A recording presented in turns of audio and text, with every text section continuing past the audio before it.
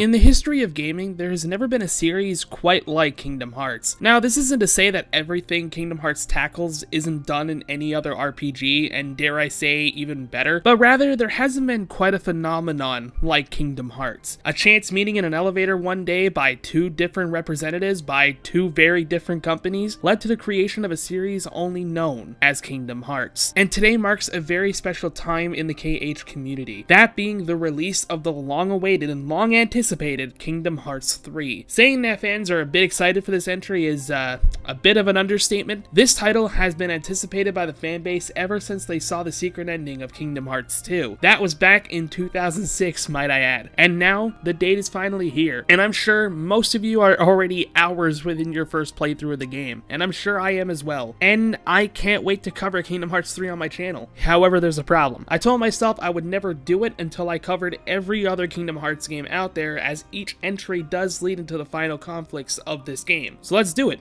right here, right now. Let's take a look at all the entries in release order, one by one until we finally reach the endpoint that is Kingdom Hearts 3. Note that when I take a look at each game, it'll be a shorter review than what I'm usually used to doing here. So I'm going to try my hardest to be as concise as possible in the short amount of time that I give each game. That being said, I'm not going to go into story spoilers. I'm just going to talk about the beginning of the story, and then that's it. With that said, my name is Matt, and I hope that you will all join me on the journey ahead on the road that is Kingdom Hearts.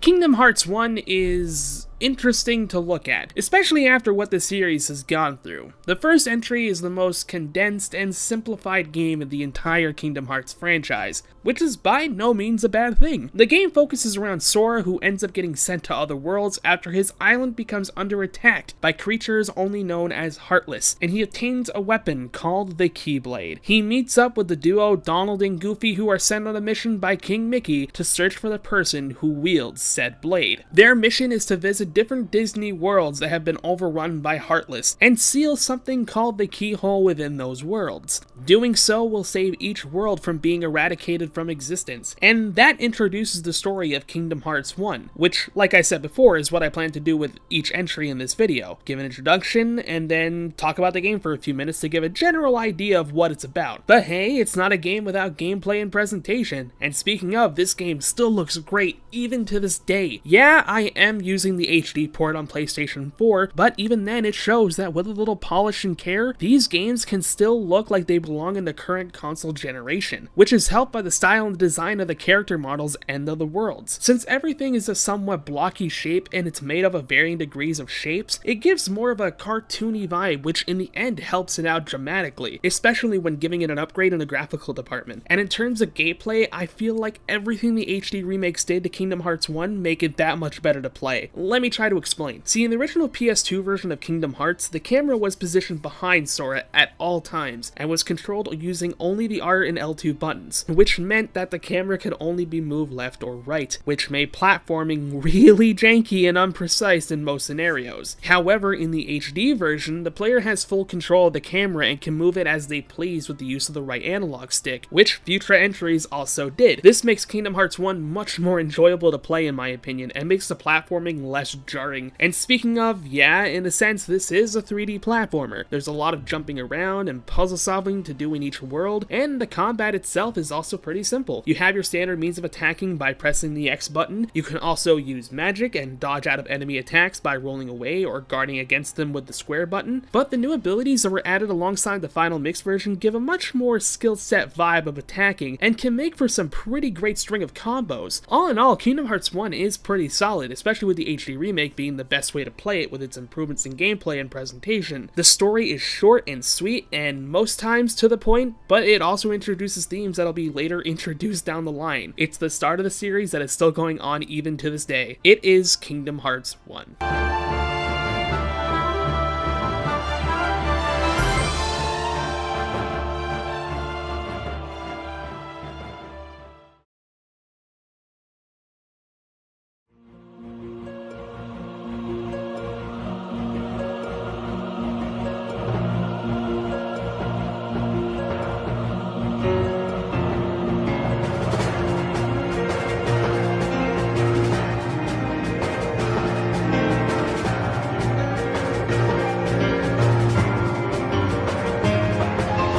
Chain of Memories is an interesting entry for the series, as it continues the story of Kingdom Hearts 1 where it left off, but it did so on the GBA, which was a weird decision, but nonetheless, here it stands, and I must say, personally, I think it's pretty good. But it is also a very weird entry in the series. Its story takes place right after the events of Kingdom Hearts 1, which Sora is on the search for his missing friend Riku and the missing King Mickey. They wind up in Castle Oblivion, where the cost of escalating the castle is one's own memory. And the antagonizing force is only known as the mysterious organization, who are the ones leading Sora throughout the castle, known as Castle Oblivion, with the promise of telling him where his friends are. On the flip side, Riku also has a story in this game as well. It's known as Reverse Rebirth, with the same basic story structure, except with the addition of an inner battle with himself. Now, being on the GBA, this game does take the style of having sprite-based models and textures, which actually look pretty great on the GBA. The shading is done well and the character models look as they should, and even the different worlds that the player visits are very closed in and like a giant room, which fits the castle world aesthetic the game lays out. And considering most of the worlds you'll be visiting are the same ones from Kingdom Hearts 1, there is a familiar sense which I think helps with the style. When roaming around, the game takes an isometric camera view, which is basically the way of showing the player their surroundings while still being on a 2D plane. But it's here in the gameplay section where things tend to be a big hit or a big miss for most fans. When entering the battle screen, the user is introduced to the new gameplay mechanic, which is a card-based battle system. Now, the player can still move around on the battlefield, but the attacks are all based on the usage of cards. Each card has a number attached to them, and this in turn decides whether or not your attack will go through and hit the enemy, or be blocked or even negated and left open for a counterattack by the enemy. See, if the enemy plays a card that has a higher value than yours, or if it's a 0, then they will abrupt your attack and continue with theirs. But the same can be said about you as well. So the game becomes a strategic deck building simulator that tries to balance a way of using the best cards for the most optimum damage output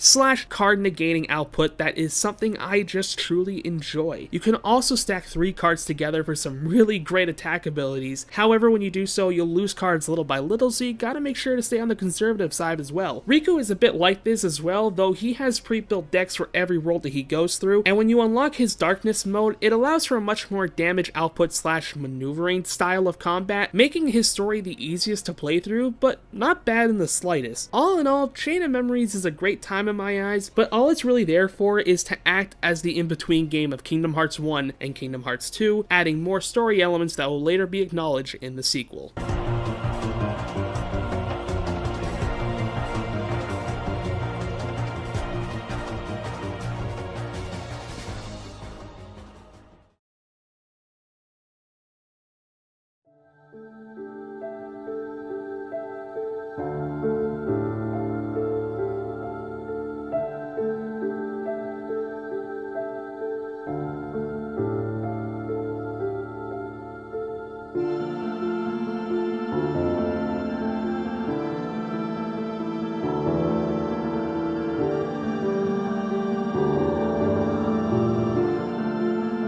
This is the one that fans were waiting for ever since they first finished Kingdom Hearts 1, and this is the one that Chain of Memories was also leading into. Finally, the long-awaited sequel came to this world, Kingdom Hearts 2. And yeah, it's not hard to see why this one is the one that everyone loves. Its story this time around starts off very differently, with the introduction of a new character, Roxas, who we find out is in some way connected to Sora. At the end of Chain of Memories, Sora is put into a slumber, and Roxas' journey is a struggle with childhood memories, and it all leads back to him finding Sora. After Sora awakens, the somewhat main plot is laid out. A new enemy has shown up known as the Nobodies, which are husks that are left by the Heartless after they are created, and the ones in control of the Nobodies is the mysterious organization from Chain of Memories known as Organization 13, whose plan are a bit vague towards the beginning of the story, but start to make sense as you play through. Sora and the gang must now take off to all the worlds that have reappeared and opened up the pathway to the organization's hideout so they could put a stop to their plans. To be honest, this is just a fracture of Kingdom Hearts 2's plot, but since I am being very general about each game, this is the basic stuff that I can get out of the way for the people who haven't played the series yet. Kingdom Hearts 2 was, for the longest time, the prettiest looking Kingdom Hearts game, and this HD version definitely helps its status of that. It's a much improved engine from the original Kingdom Hearts, and with that, the character models are just as sublime, if not more so. They have more detail, and while it's still in the simplistic nature as the first game, there's something there that makes these models stand out more. It also helps that the camera is much more pulled back from the original game, which gives a more cinematic view of each world, especially since this was the first Kingdom Hearts game to have a free moving camera. To me, this immerses the player more into the game when they can zoom in or out or around or however they want to see the world that they are moving in from different angles. Gameplay wise, many new things have also come to the table. Sora's movement in battle, especially as he grows in levels and abilities are gained, are much more sporadic than the old 3 to 4 hit combos, and now it's all anime style, flying around the enemies, nailing a flurry of blows, and god, it looks great to look at. And even partners can be a big part of battle with their own limit attacks that Sora takes part in. And this isn't even mentioning the dry forms, which not only enhance Sora's abilities and combat styles, but they do so much more, which only opens the amount of combos and higher level magic that the player can use against the enemies of the game. Speaking of, just a side note, not enough of you use Reflect. Use Reflect. It's broken as hell. Honestly, there's no other way to describe what Kingdom Hearts 2 is rather than a vast improvement from the first two entries, at least from my point of view. Thus, with Kingdom Hearts 2 coming to an end and fans unlocking the secret ending, the wait for what people would assume would be Kingdom Hearts 3 would commence. Little did we know, this was just the beginning of things to come.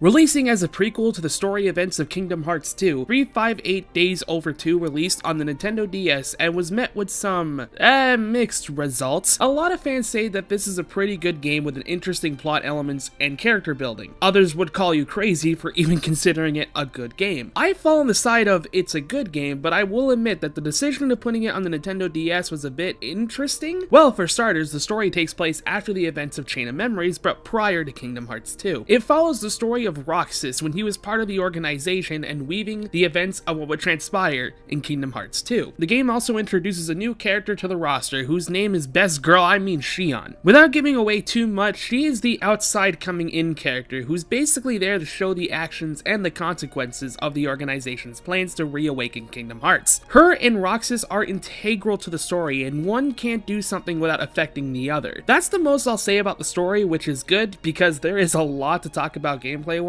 and the story is really good, but you need to see it all the way through. Well, one thing that should be mentioned is that being a DS, this game looks... well, it certainly looks like a DS game, I'll give it that. And I don't mean to harp on the graphics too much as it is on the DS, but I don't know, there's something very off about it. I will say that if the settings and locations were all new to us, then I don't think the game would have suffered as much. But since every location you visit are worlds from previous games, which we have seen what they were supposed to look like in a much higher game engine, this does somewhat harm the game's presentation. Now yes, it is ambitious for the DS to try and emulate things from the PS2 era, and it's some ways it does it well, and other times it it just no. But what is probably the most interesting thing is the shift in gameplay. See, 358 kept the traditional command menu for doing each action like in Kingdom Hearts 1 and 2, however it's everything else that changes up the game. Magic is now an old school style of usage per spell, and then of course there's the equipment board. I don't think that's what it's officially called, but that's what I've been calling it, so sue me. Basically, you equip these different stat boosting tiles, and whatever is on the board, whether it be magic or attack bonuses or even different keyblade styles, it all transfers over to Roxas's stats. Now granted, the boards are never too big and it's easily manageable with a few clicks here and there, but trying to find a perfect balance can be a pain since missions would take different qualities to complete. Oh yeah, that's something else that's new. Each world now has missions that the player has to complete in order to progress the story, as well as some side missions, and let me tell ya, yeah, these can be pretty annoying. Not all of them, and most of them are very straightforward, but there are a few that may just make you pull your hair out when trying to 100% them. Not to mention the game also had a multiplayer function, and when doing so you had the ability to play as a variety of characters, and that was actually kind of fun to do and play with friends. With a bit more story given to us and a new sequel still in anticipation, the game that was finally shown to us at the end of Kingdom Hearts 2 was coming, and it certainly caught people off guard.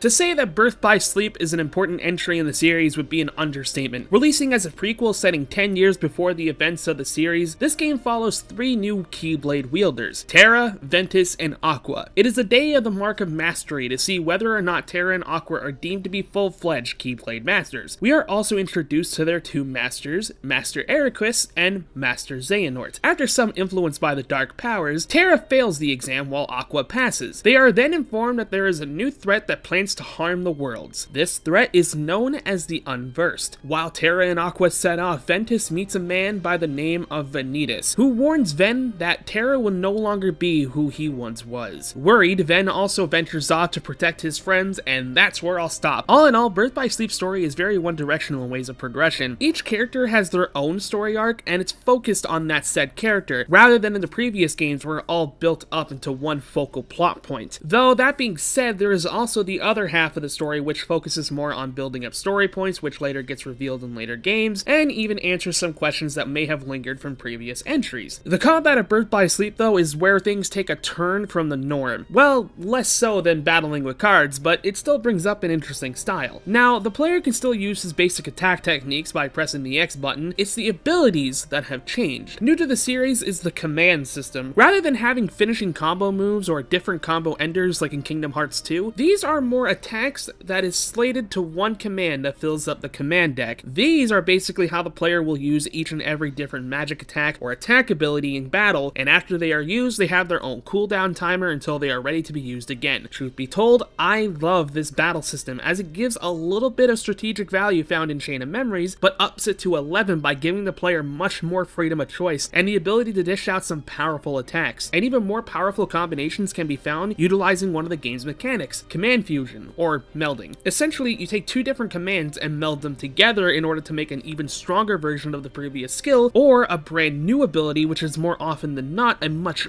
bigger improvement than what you had before. There's even ways to gain new abilities that can be added to things like your dodge rolls or your shielding. And this also leads to another new game mechanic, shock locks. By pressing the corresponding buttons, you can lock onto an enemy up to a certain amount of times, and after you finish locking on, your character will then unleash a huge magical attack, which is, yeah, it's pretty cool. And, well, there is actually one more addition to Birth by Sleep, and it's Mario Party, but without the minigames. I don't think anyone liked this. The command board minigame is a neat idea in concept, but I find the rules a bit finicky at times, and to be completely honest, if this was something you just didn't need to do in order to 100% the game, or the journal, I wouldn't care that much. But it is. and only the arena versions, so don't be me and do it all through the main menu because you just assumed that was okay. Honestly, Birth by Sleep has a lot of weird additions to it, and the story and worlds don't take too long to beat. But that being said, I still really like this game. I think the new combat stuff that it brings in is fascinating, and with the ability to mix and match different abilities and styles in combat, there's a lot to explore here. At least more so than most Kingdom Hearts games, which is something the series somehow only managed to improve time and time again.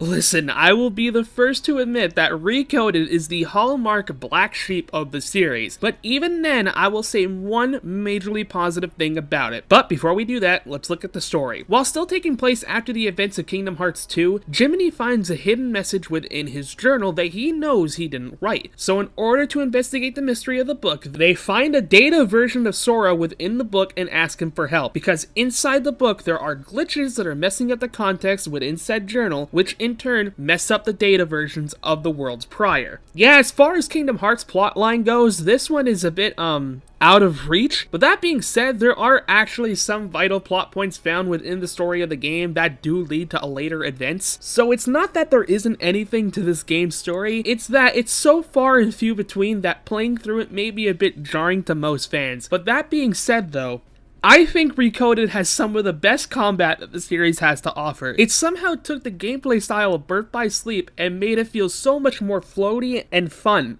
On the DS. Yeah, I don't know how they did it either. Well, one factor that may help is Sora himself. Although he's restricted in movement due to being controlled via the D-pad, it's not necessarily a bad thing as the structure of the worlds build around this design choice. Now in 358, the leveling up system was partnered by setting nodes on a board in order to boost stats and all that different stuff that I talked about before. And this somewhat comes back in Recoded. However, I feel like they took it and made it completely better. See, now you aren't just pasting different nodes to empty spaces. Well, you are, but it all amounts to something as each path leads to a different upgrade to Sora's arsenal, and you can even chain different nodes together that gives yourself double whatever the stats you give yourself, and that includes level ups. And really, just mix and matching different things can sometimes lead to great results. There's even these data challenge rooms where depending on what score you get, the better the prize is. I personally never went crazy about them, but my cousin did, and to this day, he still completed the game before I did, and he's a crazy man for it. Oh, right. Gameplay. Yeah, like I mentioned before, the game uses the same command style like in Birth by Sleep, so all your abilities are single commands that can't be used with retrospective cooldowns. But when I say the combat feels even better than it did in Birth by Sleep, I'm not joking. I don't know how they did it, but Recoded's gameplay is one of the greatest that the series has ever brought, and honestly, it hasn't been beaten in some areas. Sora feels tight, all the abilities are fun to mess around with, and enemies aren't too difficult to face off against. However, there is one flaw to Recoded: the shift in gameplay styles. Now call it what you will, but I personally feel like it takes away from the game as a whole. For those who don't know, there are additional playstyles in the worlds that will introduce and try to mix up the gameplay. For example, there's a 2D section where it plays akin to a 2D platformer, a run and gun section which looks exactly like it sounds like, and even a flippin' turn-based RPG. Like, the game turns Final Fantasy on us and Cloud is even in the party. Alright, joking aside, that's actually clever. I like it. Honestly, this isn't bad per se, but seeing just how tight the gameplay is aside from these mechanics, it just makes me wish we had more to go off of. But hey, where the game is really fun, it's really fun, and it only made me wonder how future hardware could live up to this.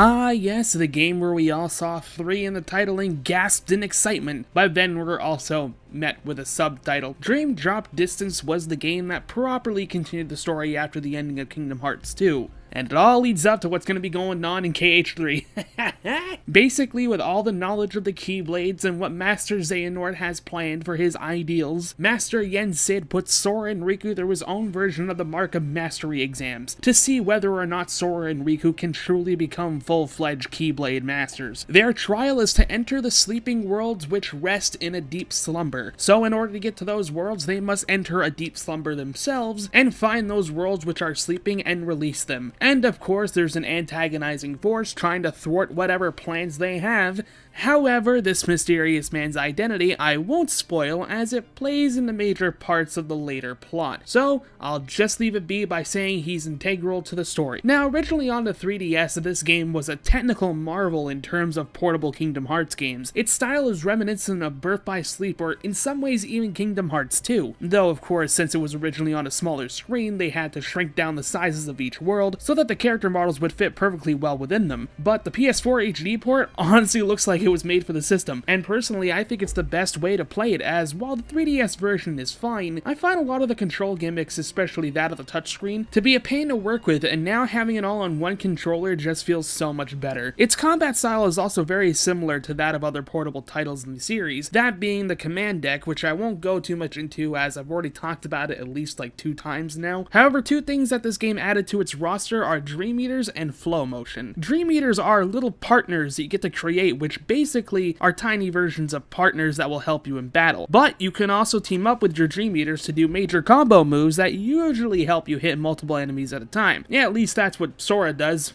Riku? Well, he fuses with them to give himself his own command style a la Birth by Sleep, and yeah, Riku was just so much more fun to play as compared to Sora. And then of course there's the flow motion mechanic, which allows you to jump on and off walls and fly through the air and unleash powerful attacks on the enemies below or above, and god dang it, I love this mechanic way too much. It gives the game so much freedom and speed that playing it always seems like a rush, even against the tiniest of enemies. Don't let this fool you though, as boss fights and even tougher enemies can usually hit you through this movement, and it's not as invincible as it looks. But mentioning this brings me to my biggest criticism about 3D. That is the hit stun. So basically, in every other Kingdom Hearts game, when you hit an enemy, they would normally be stunned after said hit. Well, in 3D, this still happens, sometimes. A lot of times I would find enemies just take the hit and just get a cheap shot on you, and this goes triple for boss fights, and let me tell you, I've shouted some words in the air because a boss just went through an attack of mine. However, all said and done, 3D is still a great time to play through, and with story elements on quickly bringing us close to that good old Kingdom Hearts 3, this is one that you don't want to skip. And like I said, the gameplay is 3/4 of the fun that you'll be having with it. But now, oh, the time draws near, dear audience. Only one more game to take a look at, and it's one that I've been meaning to talk about for quite some time.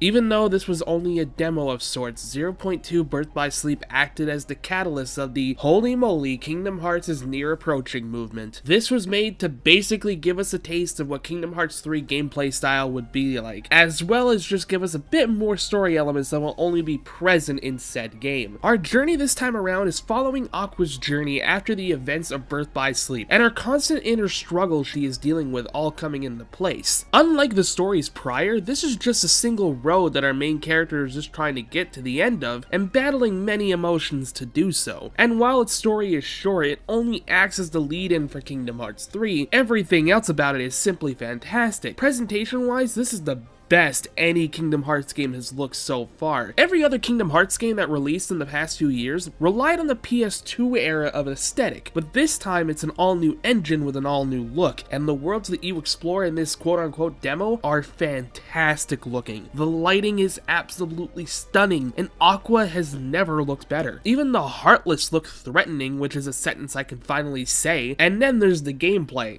Oh my god, the gameplay. It harkens back to the Kingdom Hearts 2 days with the style of combat. However, there are some additions that I openly welcome. For instance, there's an addition of a charged up magic attack named Situation Commands. You essentially build up a meter and unleash an even more powerful version of whatever spell you were casting at the time, and oh my god, it's fun to use. Creating giant thunderstorms or fireballs and blasting away the enemies is such a treat, and the command style also makes a return. Though only Spellweaver is available in the game, it's still a hard-hitting style, especially when activating its special. And I even like how it's activated. It's in the same way as the situation commands, meaning you can activate it whenever you choose to in the allotted time it's given. This can make combat really fun when you're trying to figure out when to use it, and it really adds a lot of gameplay elements that you don't really think of when playing Kingdom Hearts. Which, speaking of, this game feels so damn smooth! The actions are activated as soon as the button is pressed, and the movement within the game itself just feels so dang right. I would say it's a bit of a mix from Kingdom Hearts 2 combat with the motion of Kingdom Hearts 3D. Aqua's speed is just right and picks up the more she walks. Heck, even spells kinda have effects on the field like riding a dang icicle wave. And the thing that makes me most excited about all this is that this is just a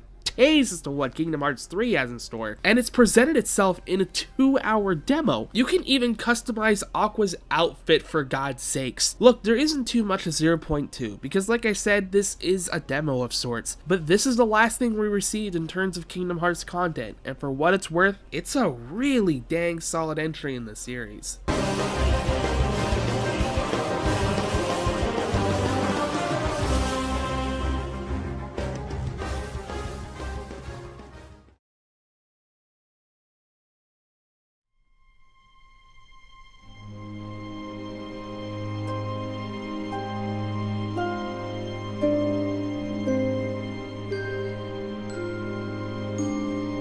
Well, that's it. That's every entry in the Kingdom Hearts franchise covered in what little time I gave them. And for those of you wondering the reason why I didn't include Kingdom Hearts Union G or X or Cross or whatever you want to call it, is that it's not technically a finished product. Story elements are still being added as time goes by, even to this day, and the movie that was released along with 2.8 does introduce a few things, but I feel like all of those things that get introduced will probably be better explained in Kingdom Hearts 3 and more explored. And more than anything, it also acts as a prequel-ish to the mobile game, and oh my god, it's just not a route I want to go down right now. There's a ton of channels that could explain it better than I, and heck, I'll even link one or two of them down below. And as for this video, guys, I can't believe I'm saying this, but the day is here. The day that not only I, not only you, but thousands of others have been waiting for. Kingdom Hearts 3 is now in our possession, and what else is there to say? I hope you're enjoying it, and I know there's a ton of negativity going on with the series right now, and you know what?